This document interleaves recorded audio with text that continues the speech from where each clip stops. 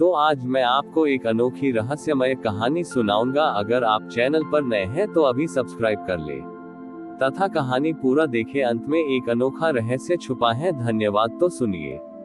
कैलाश पर्वत की अगाध ऊंचाइयों पर जहां शीतल पवनें सदैव महादेव का गुणगान करती हैं, वहां एक बार एक अनोखी घटना घटी।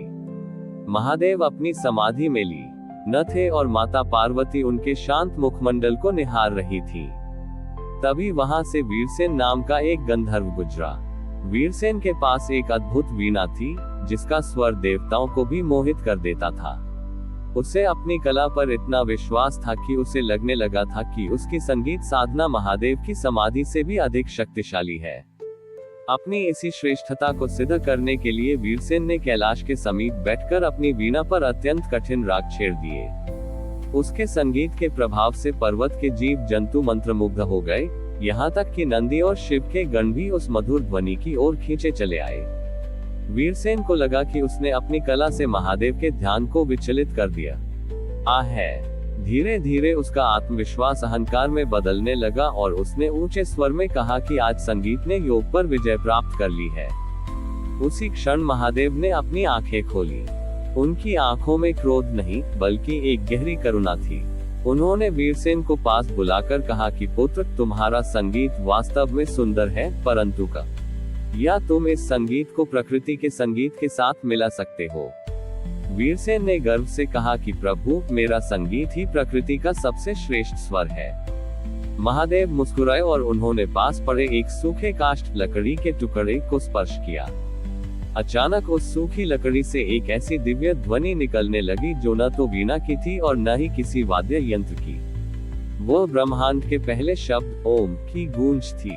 उस ध्वनि के सामने वीरसेन की वीणा के तार एक एक करके टूटने लगे। वीरसेन ने बहुत प्रयास किया कि वह अपनी कला को बचा सके, लेकिन महादेव के उस सूक्ष्म संगीत के सामने उसका संगीत शोर जैसा लगने लगा। तब उसे बोध हुआ कि वह जिस कला पर गर्व कर रहा था, वह तो उस अनंत संगीत का एक तुच्छ अंश मात्र है जो महादेव के भीतर निरंतर बहता है। वीरसेन का अहंकार चूर चूर हो गया। उसने अपनी वीणा महादेव के चरणों में रख दी और क्षमा मांगी।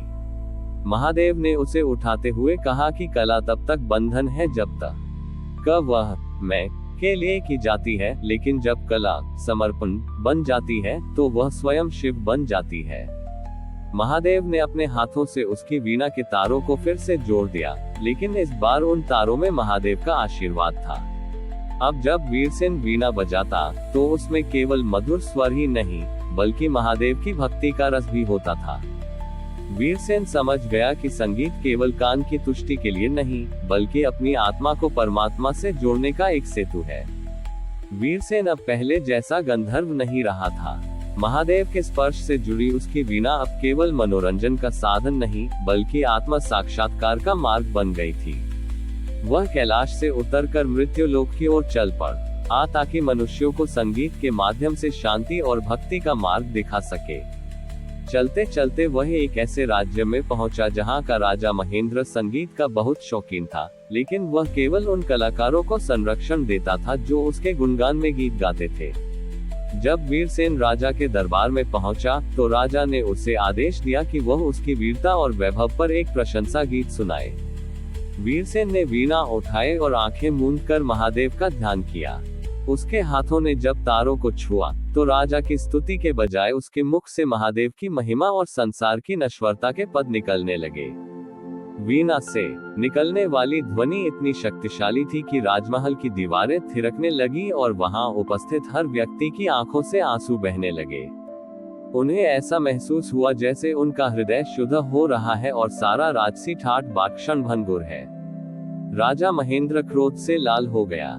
उसने चिल्लाकर कहा कि वीरसेन, तुमने मेरा अपमान किया है। मैंने तुम्हें अपनी प्रशंसा के लिए कहा था और तुम उस वैरागी शिव की बातें कर रहे हो जिसके पास न कोई महल है और न ही कोई स्वर्ण। राजा ने वीरसेन की वीणा छीनकर उसे आग के हवाले करने का आदेश दे दिया। जैसे ही सैनिकों ने वीणा को अग्नि में डाला, एक अद्भुत चमत्कार हुआ। वह वीणा जलने के बजाय और अधिक चमकने लगी और अग्नि की लपटें शीतल चंदन की खुशबू में बदल गईं। देखते ही देखते उस अग्नि के बीच से महादेव का एक दिव्य स्वरूप प्रकट हुआ, जिसे देखकर राजा और उसके सैनिक भय और विस्मय से कांप उठे। महादेव ने राजा की ओर देखा और अत्यंत सौम्य स्वर में कहा कि राजन, जो संगीत सत्य का तिरस्कार करे वह केवल शोर है, और जो राजा अपनी प्रशंसा के लिए कला को बंदी बनाए वह वास्तव में निर्धन है। राजा महेंद्र का सारा अहंकार उस एक दृष्टि से समाप्त हो गया। उसे समझ आया कि उसने जिस वीरसेन का अपमान किया था वह स्वयं महादेव का संदेशवाहक था। राजा ने वीरसेन के चरण पकड़ लिए और अपना राज्य त्याग कर सत्य की खोज में निकलने का निर्णय लिया। वीरसेन ने अपनी वीणा उठाए और राजा से कहा कि महादेव किसी महल के त्याग में नहीं, बल्कि मन के विकारों के त्याग में मिलते हैं। इसके बाद वीरसेन और राजा महेंद्र दोनों साथ मिलकर गांव-गांव घूमने लगे और संगीत के माध्यम से लोगों के दुखों को दूर करने लगे। हमारी और भी आध्यात्मिक एवं अनोखी कहानियां देखने के लिए हमारे चैनल पर जाएं तथा धार्मिक एवं पौराणिक अनोखी कहानियां हमारे चैनल पर है।